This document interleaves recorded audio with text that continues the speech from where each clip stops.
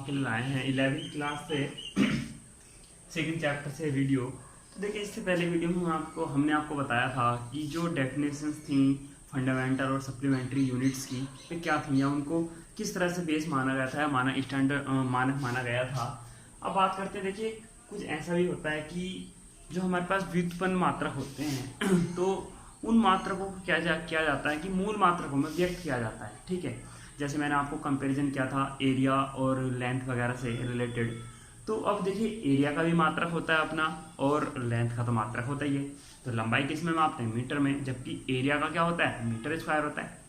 तो अब metre square को जो क्षेत्रफल का मात्रक है मीटर स्क्वायर, तो वो किसका मूल मात्रक के पदों में है? लंबाई की जो थी लंबाई के मात्रक के पदों में है। तो लंबाई का जो मूल मात्रक था हमारे पास वो क्या था? मीटर। तो जो लंबाई का मूल मात्रक होता था मीटर, ठीक है, तो जो हमारे मीटर स्क्वायर करके एरिया को लिखा जाता है, तो ये इस तरीके से। अब देखिए, हमारे पास अब एक नई चीज आ जाती है कि जो व्युत्पन्न मात्रक होते हैं यानी जो फंडामेंटल यूनिट से उत्पन्न किए जाते हैं, तो उनको जो इन मात्रकों की पावर लिखी जाती है, जो फंडामेंटल यूनिट्स की जो पावर्स लगाई जाती हैं किन के लिए? व्युत्पन्न मात्रकों को व्यक्त करने के लिए।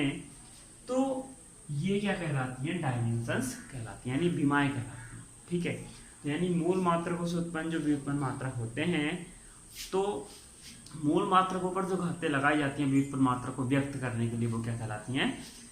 विमाएं कहलाती हैं। तो बात करते हैं आइए विमाओं के बारे में। तो देखिए, भौतिक राशि की विमाएं कैसे निकालते हैं। तो सबसे पहले मैं आपको अगर बताऊं तो कुछ चीजें होती हैं, जैसे आप मान के चलो कि लंबाई है, ठीक है, द्रव्यमान है, समय है, ठीक है, और इलेक्ट्रिक करंट है, और टेम्परेचर है, ताप, ठीक है। तो अब लंबाई के लिए जो होता है वो होता है एल यूज किया जाता है, कैपिटल, ठीक है, और बड़े ब्रैकेट में बंद किया जाता है इनको, ठीक। और इसको बोला जाता है द्रव्यमान के लिए यूज किया जाता है कैपिटल एम, ठीक है, और समय के लिए यूज किया जाता है कैपिटल टी, विद्युत धारा के लिए यूज किया जाता है ए, ठीक है, और ताप के लिए यूज किया जाता है थीटा, या आप थीटा यूज कर लीजिए या के भी यूज कर लेते हैं, ठीक है।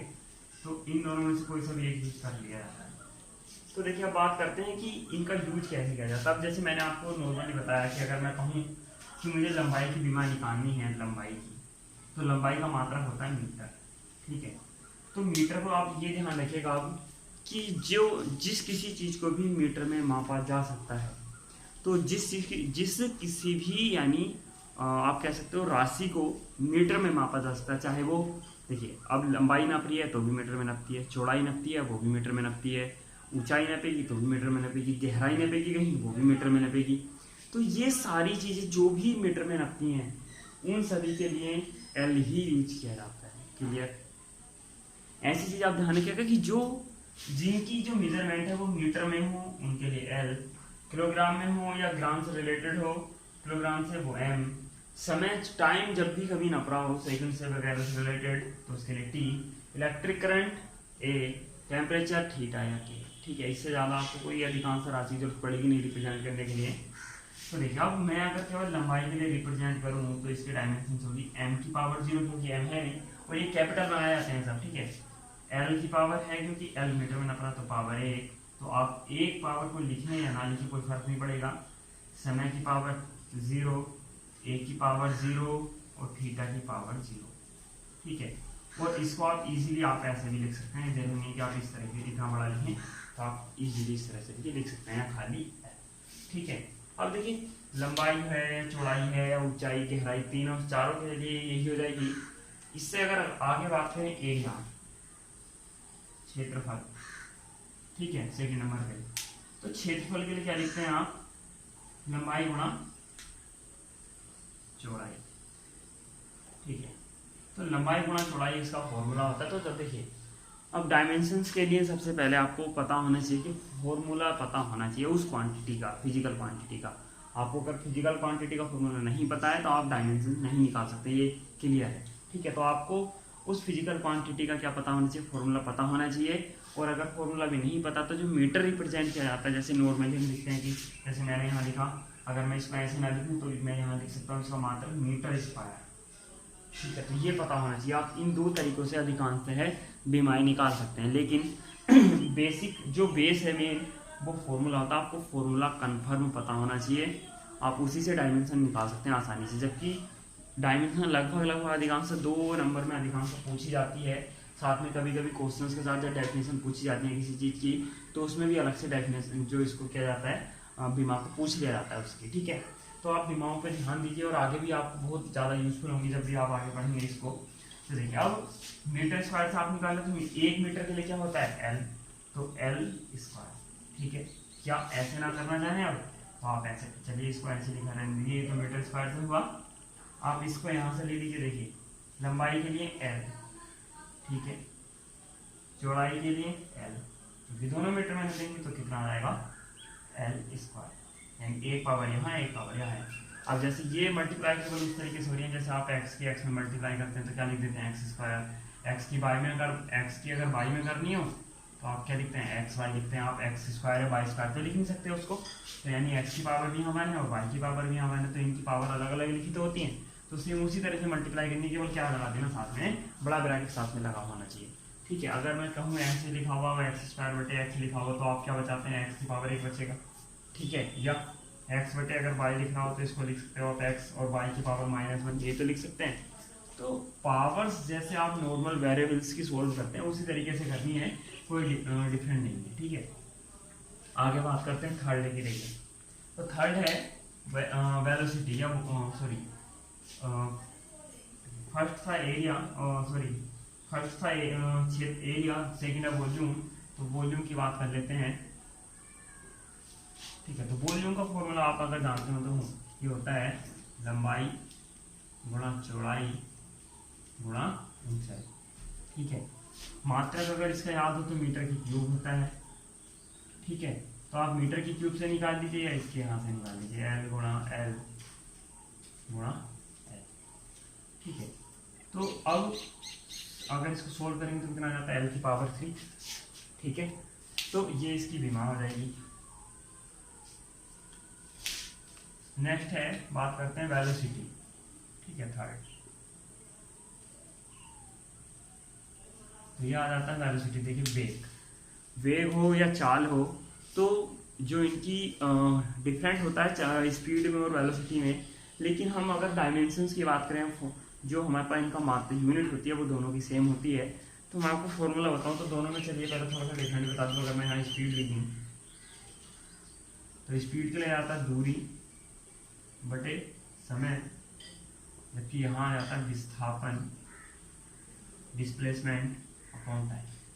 ठीक है, तो विस्थापन और दूरी दोनों ही मीटर में नापी जाती हैं, समय सेकंड में नापा ही जाता है। आपको पता है, मैंने आपसे अभी बात की थी कि सेम चीज़ जिस चीज़ में नापी जाती है सबके लिए एक ही चीज़ यूज करनी है, तो दोनों के लिए मात्रा और जो डायमेंशन निकालेंगे वो सेम आएगी। तो आप अगर विस्थापन के लिए चाहे दूरी के लिए अगर यूज करेंगे तो ये मीटर में नापी जाती है तो एल, समय के लिए यूज करेंगे तो टी, ऐसी दूरी के लिए यूज करेंगे तो एल और समय के लिए यूज करेंगे तो टी। ठीक है, ये भी एल टी की पावर -1, क्यों? क्योंकि टी नीचे से ऊपर जाएगा तो माइनस में एक पावर माइनस में जाएगी पावर, तो एल टी की पावर -। ठीक है, दोनों की पावर सेम है, थोड़ी डायमेंशन। और देखिए नेक्स्ट है एक्सक्रेशन यानी त्वरण, फोर्थ। तो त्वरण होता है देखिए वेग परिवर्तन, तो वेग परिवर्तन हो या वेग, ठीक है, और किसके साथ? समय के साथ। तो वेग, ये आप 9th में पढ़ चुके हैं, वेग परिवर्तन बटे समय। तो वेग अभी आपने देखिए वेलोसिटी की वो निकाली कितनी है, एल टी की पावर -1। ठीक है, नीचे समय है ये आपके पास, तो कितनी हो जाएगी एल टी की पावर -2। तो ये छोटी छोटी तो देखिए आप इस तरीके से निकाल सकते हैं। मैं देखिए अब यहाँ आपको केवल फॉर्मूले बताने वाला हूँ, आप ध्यान से सुन लीजिएगा। तो देखिए यहाँ फोर्स का होता है, फोर्स के बारे में आप जानते हैं F बराबर m में होता है। ठीक है, F बराबर m में से आप निकाल सकते हैं फोर्स की। वर्क की W बराबर F इंटू एस होता है, यानी बल का विस्थापन होता है। Power P W upon T होता है। ठीक है, काइनेटिक एनर्जी तो E इज इक्वल टू, वैसे तो K ही लिखते हैं इसको, 1/2 mv² होता है। तो m होता है द्रव्यमान और v होता है वेग। तो वेग का स्क्वायर देखिए, अगर जैसे आप अब यहाँ ये देखिए, यहाँ मैं बताऊँ ये वेग की जैसे आपने यहाँ आप वो लिखेंगे, चलिए मैं इसको निकाल देता हूँ, यहाँ कोई वो नहीं है, कॉन्स्टेंट का कोई रोल नहीं होगा, तो 1/2 हट जाएगा, द्रव्यमान की जगह द्रव्यमान आ जाएगा। वेलोसिटी की जो थी LT की पावर -1, तो आप क्या करेंगे उसको लिखेंगे और उसकी होल पावर 2 लगा देंगे। तो m ऐसे का ऐसे क्योंकि पावर 1 है, l की पावर देखिए यहाँ कितनी हो जाएगी, अब 2 और t की पावर कितनी हो जाएगी, ठीक है। तो ये आपकी काइनेटिक एनर्जी होगी। तो अब यहाँ प्रत्यास्था जो कोफिशिएंट ऑफ इलास्टिसिटी प्रत्यास्था, इसका होता है प्रतिबल बटे विकृति। वैसे तो देखिए इनके सबकी जो ये कह सकते हैं आप कि जो ये जितने भी मैंने नाम लिख रखे हैं, तो आपकी बुक में सबसे लास्ट में जाके डायमेंशंस लिखी हुई हैं, फॉर्मूले भी लिखे हुए हैं। तो आप ये यहाँ सामने आपके लिखे हुए हैं, तो आप वहाँ से फॉर्मूले जाकर देखकर और यहाँ इनके डायमेंशन निकाल सकते हैं। अधिकांश जो इसमें देखिए ग्रेविटेशन कांस्टेंट की जो अधिकांश पूछी जाती है, और एक यहाँ जो एंगल लिखा हुआ है नाम एंगल, तो देखिए ये एक ऐसी कह सकते हो आप कोण, इसके बारे में मैं बात करूँ आपसे, कोण बराबर चाप बटे त्रिज्या, ठीक है। ये एक ऐसी राशि है जिसका डायमेंशन फॉर्मूला नहीं होता, ठीक है, ध्यान रखिएगा। 1 नंबर का क्वेश्चन है, कोण एक ऐसी फिजिकल क्वांटिटी है या कोण एक ऐसी राशि है जिसका डायमेंशन फॉर्मूला नहीं होता है, ठीक है। चाप ये भी मीटर में नापा जाता है, त्रिज्या ये भी मीटर में नापी जाती है। तो आप ऐसे समझ के चलिए, यहाँ भी मीटर लिखा हुआ है, यहाँ भी मीटर लिखा हुआ है, इसके लिए भी आप L लिखेंगे और इसके लिए भी आप L लिखेंगे, तो कट कर क्या बचेगी पावर, L की पावर 0। तो जब किसी की पावर कुछ बची ही नहीं और किसी कोई यहाँ और किसी से मतलब है नहीं, M से T से, तो इसका मतलब यहाँ इसका डायमेंशन फॉर्मूला आप निकाल नहीं सकते हैं, ठीक है। तो यानी ये विमाहीन राशि होती है। कैसी होती है? विमाहीन राशि होती है। अब देखिए ये बाकी कोएफिशिएंट ऑफ विस्कोसिटी है, प्लांक कांस्टेंट है, स्पेसिफिक हीट है, विशिष्ट ऊष्मा, बोल्ट्जमैन कांस्टेंट है, ठीक है, श्यानता गुणांक है, प्लांक नियतांक है, विशिष्ट ऊष्मा, बोल्ट्जमैन कांस्टेंट, ठीक है, ग्रेविटेशन कांस्टेंट, गुरुत्वाकर्षण नियतांक, इसके बारे में आप पढ़ चुके हैं, ठीक है। तो चलिए इसकी 10 नंबर की मैं निकाल के दिखाता हूँ इसकी ग्रेविटेशन कांस्टेंट की। तो देखिए आपने फॉर्मूला पढ़ा होगा, F बराबर Gm1m2 अपॉन r², यही पढ़ा है। तो ये जो G होता है ये ग्रेविटेशनल कांस्टेंट होता है, तो इसकी वैल्यू आप अगर यहाँ से निकालते तो आ जाती है F r² अपॉन m1m2। शायद अब आपको इजी लगेगी कि हाँ ये कहाँ से निकाले, क्योंकि आप जो बुक में फॉर्मूला होगा वो डायरेक्टली आपका ये लिखा हुआ होगा। तो आप अगर आप ये गुरुत्वाकर्षण वाला फॉर्मूला आपको याद है तो आप यहाँ से इसकी वैल्यू इजीली निकाल सकते हैं। तो F की डायमेंशन रखिए आप यहाँ से, F बराबर m से जो आप निकालेंगे, ठीक है, r दूरी है तो इसके लिए L² यूज हो जाएगा, m और n दोनों के लिए ही m यूज होगा, तो नीचे m² आएगा, यहाँ इसकी जगह L² आएगा, mLT की पावर -2, mLT की पावर -2 किसकी आएगी, बल की आएगी। तो आप ये चीज़ें क्या कहते हैं आप यहाँ ऊपर से निकाल चुके होंगे, तब यहाँ रखिएगा, उसको क्या करेगा आप सोल्व कीजिएगा, आपकी जो डायमेंशन है वो निकल कर आ जाएगी, ठीक है। और बाकी मैं आपसे बोल ही रहा हूँ कि जो बुक्स है आपकी बुक्स में सबसे पीछे लास्ट में पेज पे जाके ये डायमेंशंस लिखी हुई हैं, और मैं इस वीडियो के साथ डिस्क्रिप्शन में आपको PDF की लिंक भी दे रहा हूँ, ठीक है। तो आप जो PDF की लिंक है, अगर जिसके पास PDF नहीं है वो PDF डाउनलोड करके उसमें देख लीजिएगा, मैंने निकाल रखी है डिटेल से सभी की जो बीमाएँ हैं। तो आज के लिए इतना ही। और जो अगर आपको किसी वजह से किसी भी फिजिकल क्वांटिटी का डायमेंशन ना निकल रही हो, तो आप उसको कमेंट्स बॉक्स में जाके लिखिएगा, मैं वहाँ से देख के आपको उसी फिजिकल क्वांटिटी की नेक्स्ट वीडियो में डायमेंशन निकाल के दिखाएंगे। तो थैंक यू फॉर वॉचिंग, और लाइक और सब्सक्राइब शेयर करना ना भूलें।